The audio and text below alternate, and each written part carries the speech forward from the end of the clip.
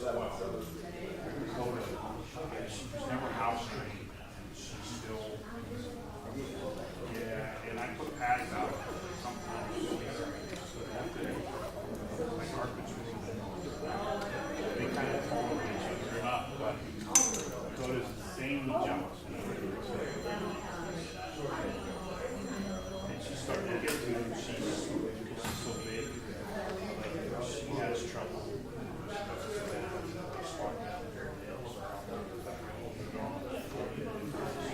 Yeah, I mean, she still gets around pretty good when she's walking.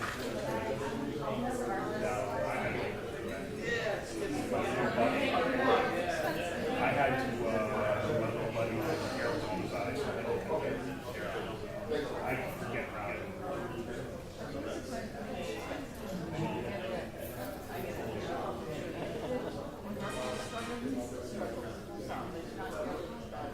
Well, it's just when she tries to sit down. I mean, she can get up fine. She can jump up. She jumps up on the couch. She can. I throw it out. So I got pee pads all over the first time.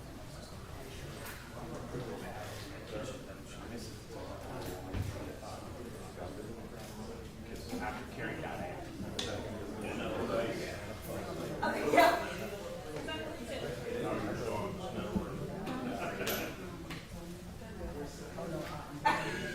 I had just Rachel's cat. Living with her mom.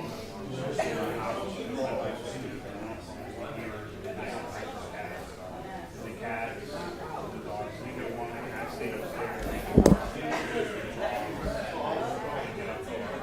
The cat was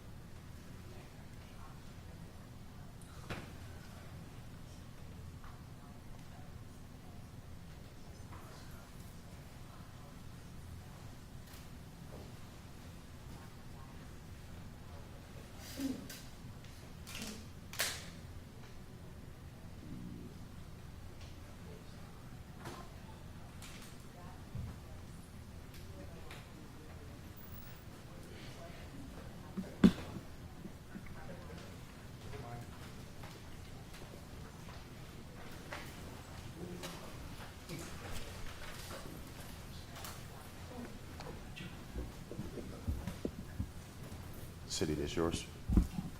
This your mic That's right me. here? That's me, Mayor. Oh, all right, I was about to throw it out. If it was hers, I was gonna throw it Yeah, out. but you like me, so we're good. Now they out there. All right. Good morning, everyone. Thank you guys for coming out today. We wanted to give an update of our bomb or our explosion yesterday. We've heard it in so many different explanations for the tragedy that we had at the Chase Bank building. Today we're going to kind of, as always, I want to give you the facts. I want to tell you what we know. And the one word we're not going to do, we're not going to speculate about anything. We're not going to speculate about what is, what could. We're just going to give you what we have. First of all, let me first say my prayers and my thoughts go out to the young man who we found in the bank yesterday, to his family, to his co-workers. My heart goes out to them. It's a tough part when you have to tell a mother that her son got up yesterday to go to work and he did not come home as a bank and working in a bank. And you always explain to your children, you know, do the best, get a job, and he was doing that. And we wanted to give our sympathy for that. For those victims who were there, his co-workers that are still fighting for their life, trying to recover, we're sending out our prayers to you as well. There are many of them that are they're not out of the clear yet. There are some health issues they're going to have to overcome.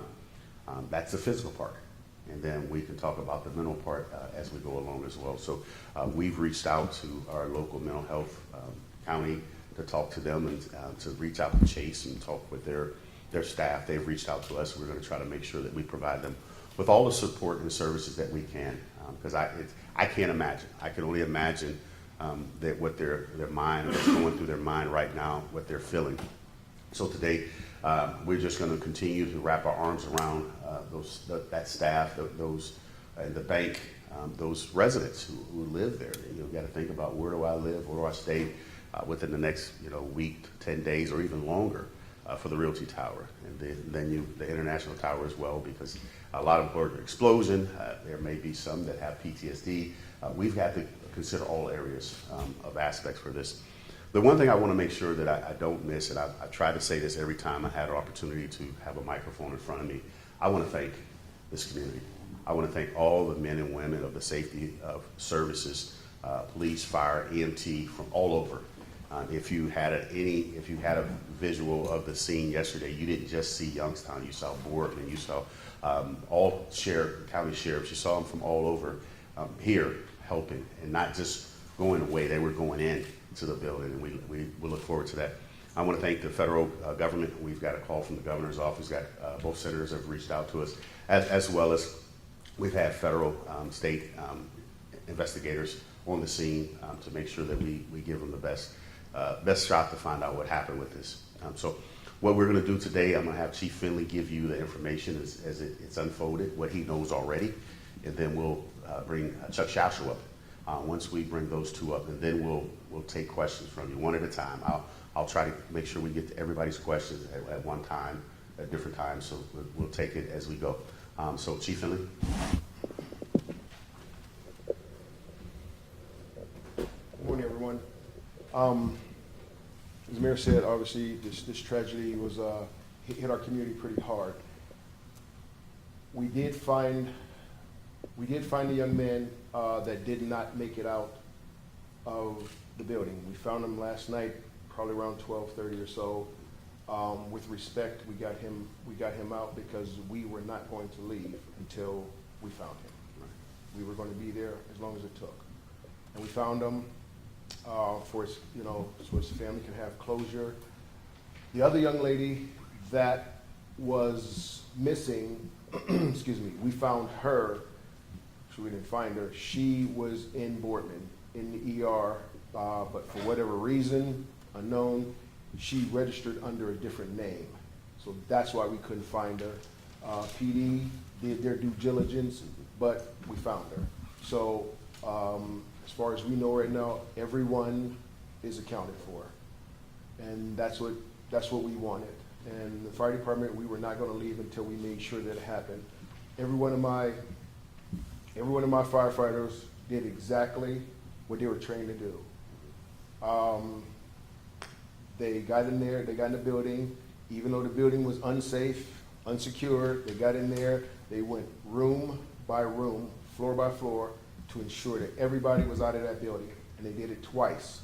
Checked the elevators, checked everything, till we made sure and ensured that the building was clear. And then everybody got out, and then we just surrounded the building to ensure that no one else would get hurt. But that's all I really have. That's all I really have. Chuck? Good morning.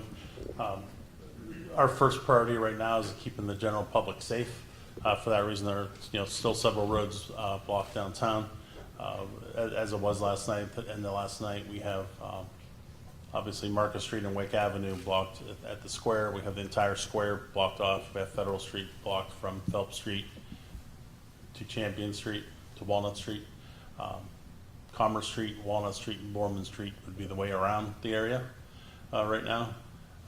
In addition to that, we are looking as things progress and we start, communications with the owner and their process as it relates to whatever their process needs to be, and getting a structural engineer that they provide to assess the building. We will look at tightening up the barricades and put more effective barricades around the building. But please keep in mind that we still don't know to this point 100% certainty on the stability of the building itself, as well as the general hazards of being in an area where there's loose debris that are able to fall. So I just tell the general public and stress that to stay out of the area, even though it is barricaded off, we will be providing a little more permanent barricades out for the time being. Well, yeah. Furthermore, not to speak for Cityscape, but the plan this weekend is the planting day generally for Cityscape.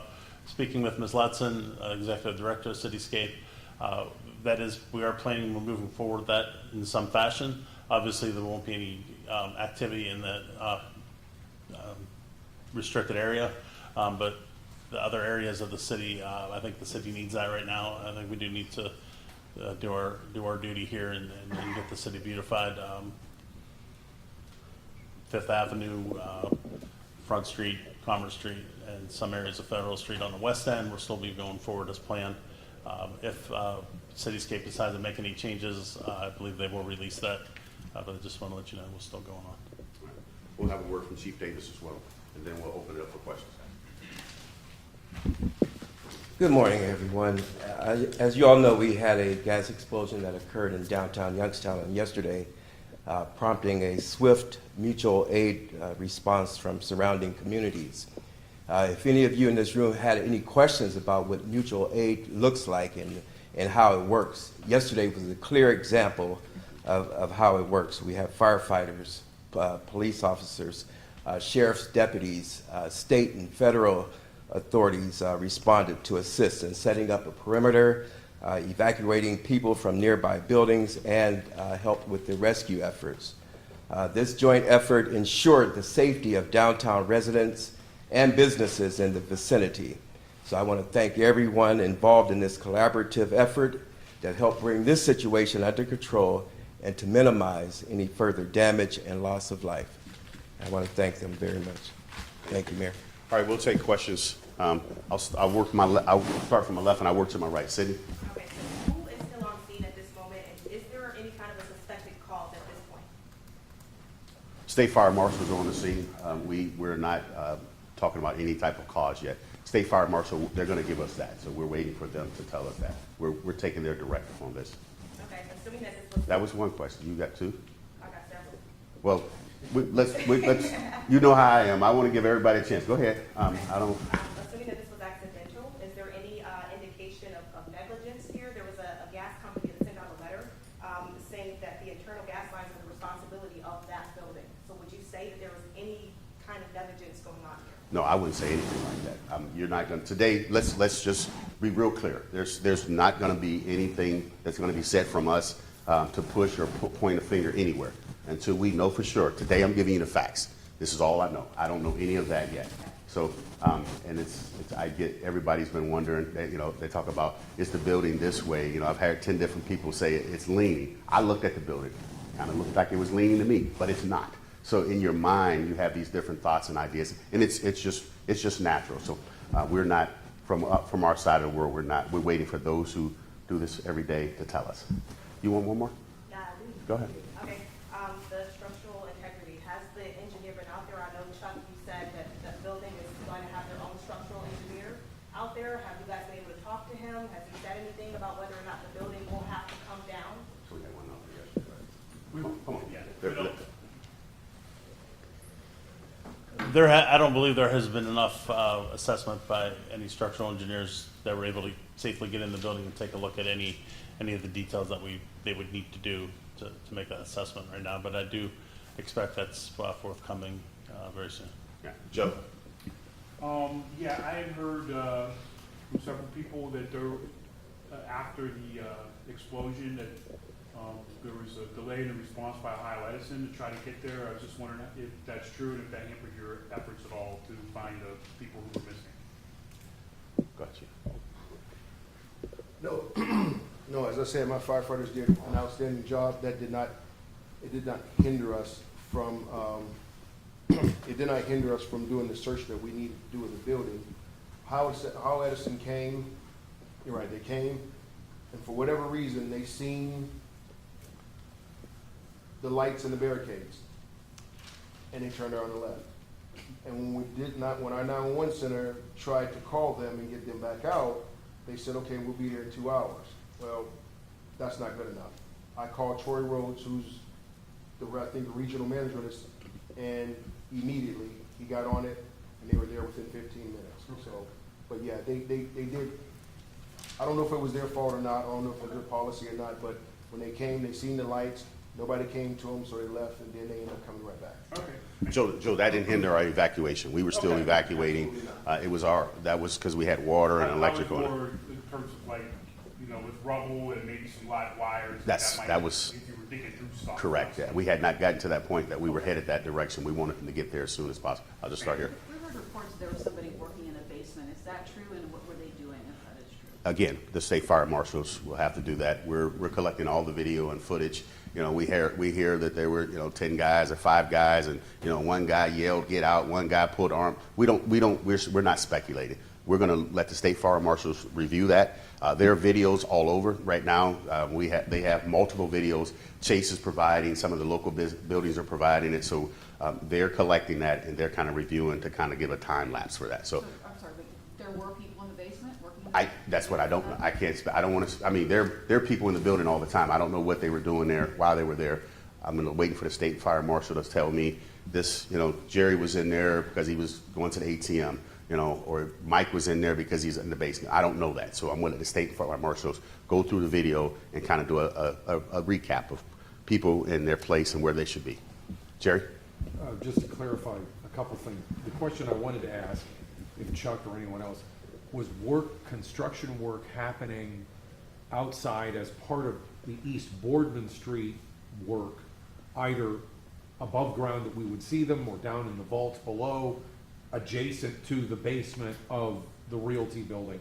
We have heard and talked to people who said they were in the basement at the time working, but was there construction work going on in addition or along with that as part of this road construction? So the city has a firm inspecting the roadway project. They confirmed with me that there was no active construction going on at the time in that block and in front of the building. And just to clarify something Sid asked, the state fire marshal, whoever can answer, state fire marshal is now in charge of the investigation, or is this your folks and them working together, chief? Well, obviously, because we have an arson investigator,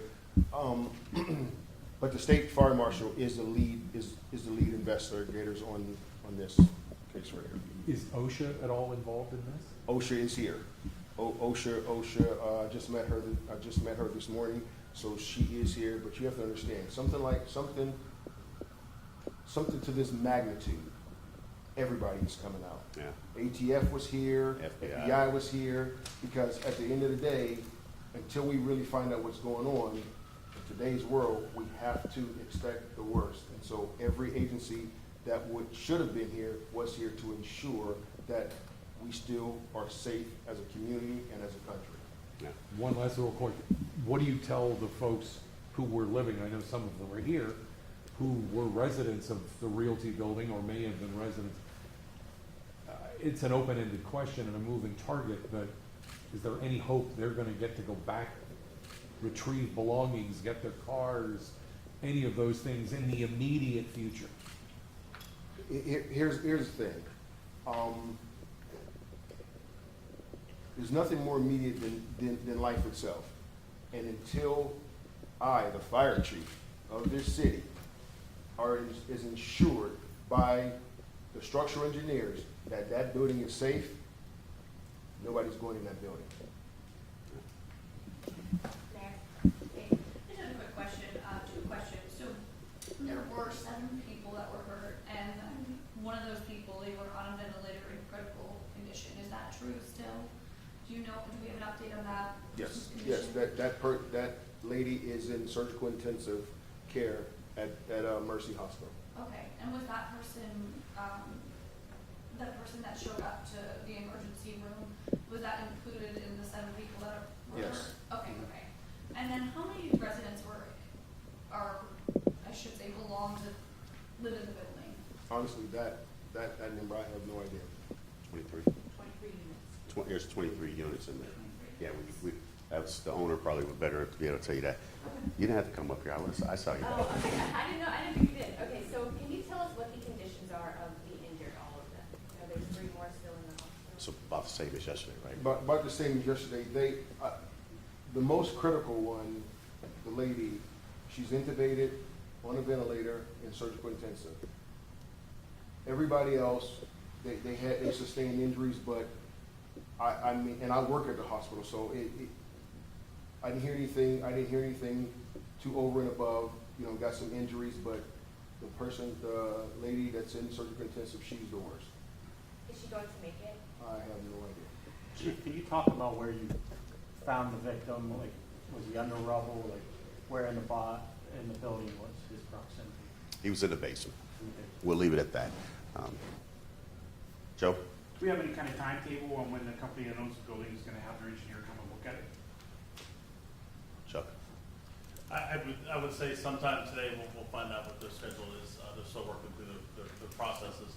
I'm sure there's an insurance company involved in this at this point and so forth. But before we can really get in there, I think the investigators need to finish their investigation when we start moving things around and clearing debris.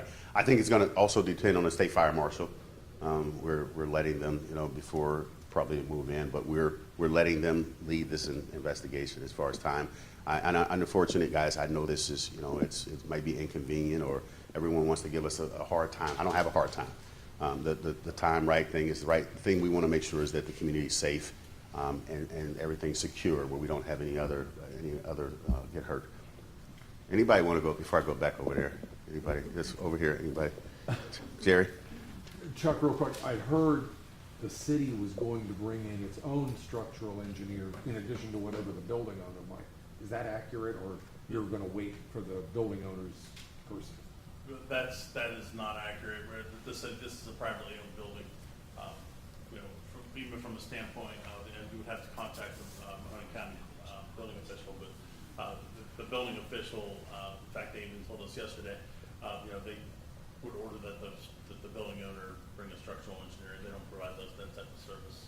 Now, any of the other buildings surrounding Realty on either side of, we know that they had to evacuate the hotel, are those buildings safe to occupy? I'm glad that you brought that up. If it's okay, Chief. Just because I've been getting phone calls. Can you go up to that? Sorry, I have been getting phone calls from several restaurant owners today in and around the area. To be clear, and Chief, correct me if I'm wrong, the only buildings that are ordered not to be occupied at this point are the Standby building, Doubletree Hotel building, and the Realty building. Those are the only 2 buildings that are, so every other building there's no restriction on that I'm aware of. So I have been getting many calls, so just so the public knows. Other than the closures that I mentioned with the roads, all buildings and businesses are open at their discretion. So what's happening now with the Standby building where the hotel is and the restaurant? Is that being inspected too, or is that? The reason why you say they can't. Yeah. Well, I think the reason that it is not to be occupied, I believe, is just because of the risk of debris within the debris field and the direction of where the damage is. It basically it's facing in the northbound direction towards the hotel. So if there were a collapse, it would certainly be in the hazardous debris area. So you're not concerned about the integrity of the standby building, just it may catch whatever might fall off of Realty? Yeah. It sustained minor damage with a couple of broken windows from the blast. Is the gas line that blew, is that connected to any other building? I don't know if we can answer that. Yeah, we don't, that's why we got to get Dominion out there. They would be better to answer that question. We don't know. And the safety deposit boxes, those are not insured. Do you guys know what those people might do? You have to talk to Chase about that. Anything dealing with the money in the bank, that's a Chase conversation. And they've brought their team on, so they're dealing with that right now. So, Is there any concerns about looting or anything like that? Are you throwing any resources from the city to help? you're a day behind. We were on this yesterday. The chief and his team worked around the clock last night, as well as Chase had some security out there. We are always worried about individuals, and I'll say this: it's probably not going to be those who live in the city. Those who see this as an opportunity, Youngstown, we seem to come together during these times, and but this is a great opportunity for kind of to show ourselves as we put all of our differences aside. You know, what side of town you live on, what high school you went to. These are our people. These are the ones who live in our community, and we're going to continue. I was out there last night to make sure the young man has some closure with his family. So we will continue to do that. How are people who live in the building being communicated with and updated on everything? You know, again, the building owner has to take that responsibility. Our is the public safety is first. I'm not sure how they've been communicating with them for it. You probably need to find a resident. I don't want to point them out. They're in the room, how they've been communicated to. So that would be the best answer to that as well.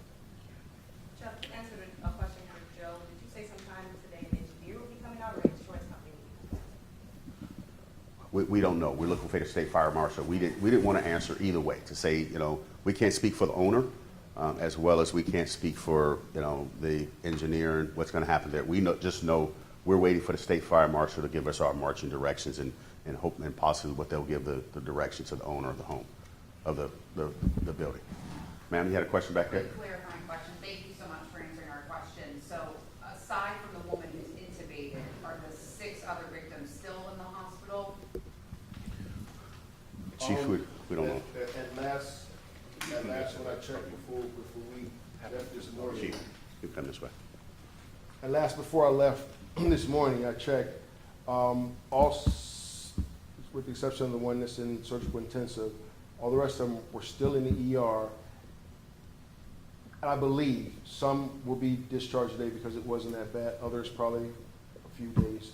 Okay, thank you so much. Jerry. At one point yesterday, and maybe this is something for both Chief Finley and Chief Davis, at the height of everything yesterday, how many firefighters did you have there, including those that came in from Boardman and wherever? And Chief, how many officers did you have? Because we spoke to some anecdotally, they were there all night long. Okay, as far as our fire department is concerned, the first arriving, the 7s arrived on the scene, they seen the devastation, and immediately they called for a second alarm. In our department, a second alarm means every truck, everybody that's on duty is going. That's 29 people, including both battalion chiefs. And then we call for help from Boardman. Boardman sent their fire chief, their assistant chief, and their ladder truck is what we needed. So when you're dealing with those buildings downtown, all these tall buildings downtown, we need to get to those floors quickly. We need a ladder truck. So we had our ladder truck there, and Boardman brought theirs. So we had probably a little over 35, 36 firefighters on scene. Yeah. And I was just asking Chief Davis about, we probably between YPD and Mahoney County Sheriffs, we believe about between 40 and 50. I know that I talked directly to the federal courthouse staff when they evacuated the building. The U.S. Marshals came out from there to help us for that. So it was all hands on deck. And it's like the Chief mentioned, that's what mutual aid looks like.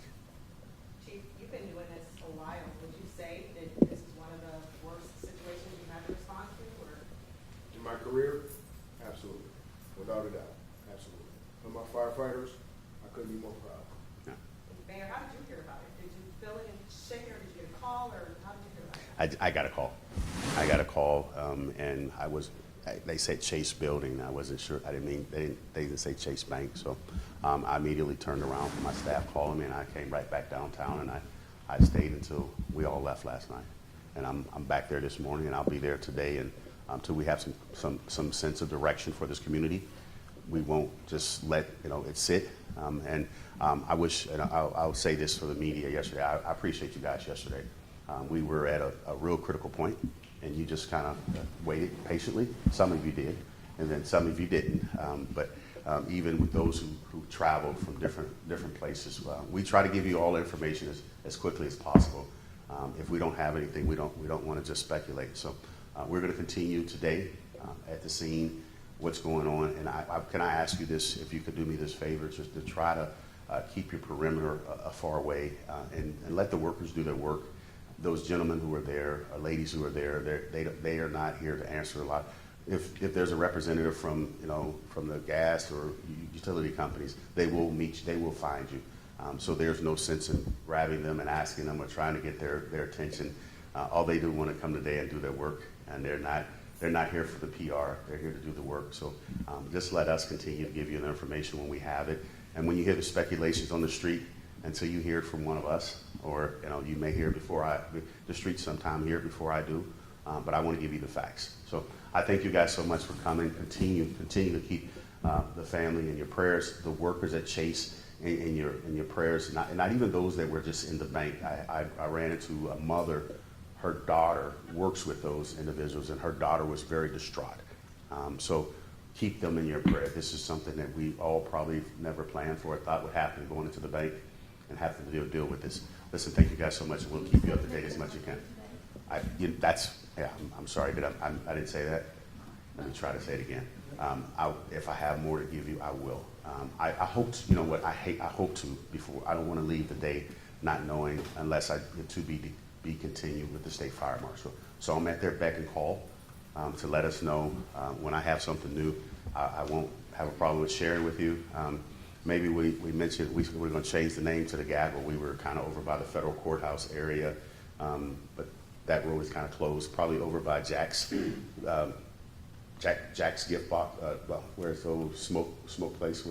What's Jack's place in the Huntington building? Mahoney Snacks. That would probably be where if you guys would kind of be hanging out in that area. If I wanted to convene you, other than bring you back here, that would be kind of a quick response to you to there. If we want to just designate that area, and that's a good way for you guys to be away. Okay. Thank you guys.